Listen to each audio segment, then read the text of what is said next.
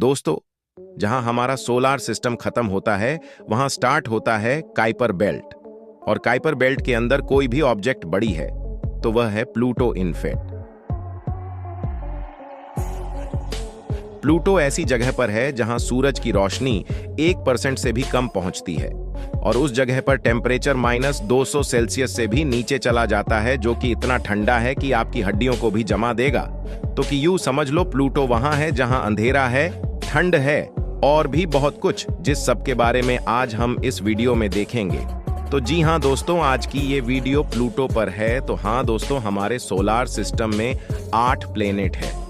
तो कि अगर हम गूगल में भी सर्च करते हैं तो गूगल भी यही बोलता है। तो अब सवाल ये है कि प्लूटो अब कहाँ गया। अगर आपको प्लूटो के बारे में जानना है तो हमें प्लूटो की कहानी को शुरू से जानना पड़ेगा।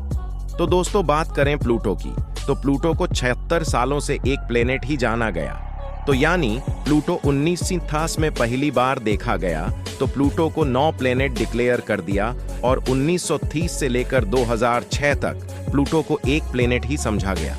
तो अगर आप 2006 से पहले स्कूल किड हो तो आपने अपनी स्कूल बुक में डेफिनेटली यही पढ़ा होगा कि सोलर सिस्टम में 9 प्लेनेट है और आखिरी में प्लूटो प्लेनेट है। वेल, प्लूटो बहुत ही लंबे टाइम तक प्लैनेट्स के लिस्ट में था। तो बहुत से लोग तो ये बात हजम करना मुश्किल है क्योंकि प्लूटो एक प्लेनेट नहीं है। दोस्तों, प्लूटो को 2006 में प्लैनेट्स के लिस्ट से हटा दिया गया और उसे द्वारगाट प्लैनेट डिक्लेयर कर दिया गया। यानी यूं समझ लो, प्लूटो एक प्लेनेट नहीं है बल्कि एक एस्टेरॉयड है। अगर आप गूगल पर प्लूटो का नाम पूछोगे तो गूगल पर नाम आएगा, एस्ट्रोनॉट नंबर 1304340। अब ये सब कैसे हुआ, क्यों हुआ, चलो थोड़ा सा डिटेल में समझते हैं। दोस्तों, ये कहानी शुरू हुई था 1905 में, क्योंकि 1905 में एक साइंटिस्ट थे जिनका नाम था पर्सिवल लॉवेल। उन्हें यह लगता था कि नेपच्यून आखिरी प्लेनेट नहीं है बल्कि इसके पीछे एक प्लेनेट और है जो कि हमारी नजरों से छुपा हुआ है। क्योंकि उन्होंने यूरेनस और नेपच्यून को अच्छे से स्टडी किया तो उन्हें यह फील हुआ कि कोई चीज इन दोनों प्लेनेट के ऑन ऑर्बिट को डिस्टर्ब कर रही है। और वो चीज और कुछ नहीं बल्कि एक बहुत बड़ा प्लेनेट है जिसे वो नाम देते हैं प्लेनेट एक्स।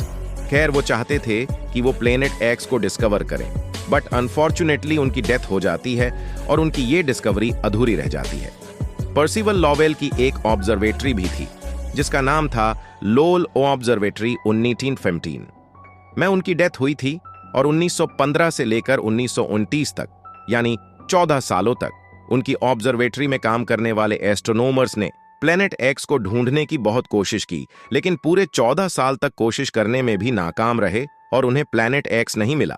खैर, 14 साल ऐसे गुजर गए और फिर 1929 में एक एस्ट्रोनॉमर्स को ज्वाइन किया जिनका नाम था क्लाइड टोमो। दोस्तों, क्लाइड टोमो एक यंग एस्ट्रोनॉमर्स थे जो कि 1 साल में ही वो काम कर दिखा, या जो 14 साल में कोई ना कर पाया, और वो काम था प्लेनेट एक्स को ढूंढ निकालना। जी हां दोस्तों, क्लाइड टोमो ने प्लेनेट एक्स को ढूंढ निकाला। वह पूरे 1 साल तक टेलीस्कोप से आसमान के सितारों को देखते रहे और वो कोशिश करते रहे कि कोई ऐसा सितारा नजर आ जाए जो मूव कर रहा हो। अगर कोई सितारा मूव करता है तो इसका मतलब वो सितारा नहीं है बल्कि एक प्लेनेट है, क्योंकि तारा अपनी जगह पर फिक्स रहते हैं लेकिन प्लेनेट नहीं रहते। तो क्लाइड टोमो ने सब तारों को अच्छे से देखा और जनवरी 1930 को ऐसा सितारा ढूंढ निकाला जो कि अपनी जगह पर हिल रहा था। पहले तो उन्हें यह लगा कि शायद ये कोई मिस्टेक हो सकती है, लेकिन उन्होंने लगातार कई दिनों से उस तारे की तस्वीरें लीं तो उन्हें यह कंफर्म हो गया कि वो एक तारा नहीं प्लेनेट है, क्योंकि वह अपनी जगह पर फिक्स नहीं था। इसलिए वह एक पॉइंट से दूसरे पॉइंट तक मूव कर रहा था। तो उन्होंने एक मूव स्टार ढूंढ निकाला और यू प्लैनेट एक्स डिस्कवर हुआ। दोस्तों, प्लैनेट एक्स अब डिस्कवर हो चुका था, लेकिन प्रॉब्लम यह थी कि एस्ट्रोनॉमर्स ने प्लैनेट का नाम डिसाइड नहीं हो पा रहा था। उनके पास बहुत सारे नेम के लिस्ट थे, लेकिन लिस्ट में सबसे बेस्ट नाम था प्लूटो। तो सबसे मजेदार यह बात थी कि प्लूटो एक 11 साल के बच्ची ने बताया था जिसका नाम था वेनेटिया बर्नी। वेनेटिया को लगा कि प्लूटो नाम ये प्लेनेट पर जचेगा, क्योंकि दोस्तों, रोमन मैथोलॉजिया में प्लूटो एक ऐसे गॉड का नाम था जो कि अंडरवर्ल्ड पर राज करता था।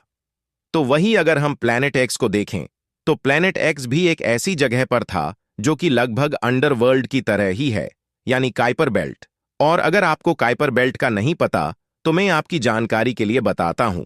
प्लेनेट नेपच्यून के आगे एक ऐसा रीजन स्टार्ट होता है जहां ट्रिलियन ऑफ ऑब्जेक्ट्स एक गोल चक्कर बनाकर सन के गिर्द एब्रिक कर रही है, जिसमें बहुत सारे एस्टेरॉयड्स, कमांडर्स, ड्राइट और आइसी रॉक्स वगैरह शामिल है।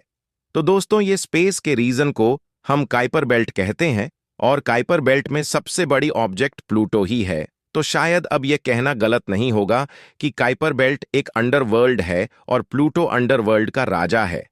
तो यही वो वजह थी कि प्लेनेट एक्स का नाम प्लूटो रखा गया और फिर 1930s में ही इसे 9 प्लेनेट डिक्लेयर कर दिया गया। सोलार सिस्टम का 9 प्लेनेट डिस्कवर हो चुका था, लेकिन कोई भी ये नहीं जानता था कि इस प्लेनेट का साइज कितना है। तो बात करें प्लूटो की साइज की, तो साइंटिस्ट को यह लगा कि प्लूटो अर्थ से बड़ा है और इसका साइज भी शायद यूरेनस और नेपच्यून के इतना है।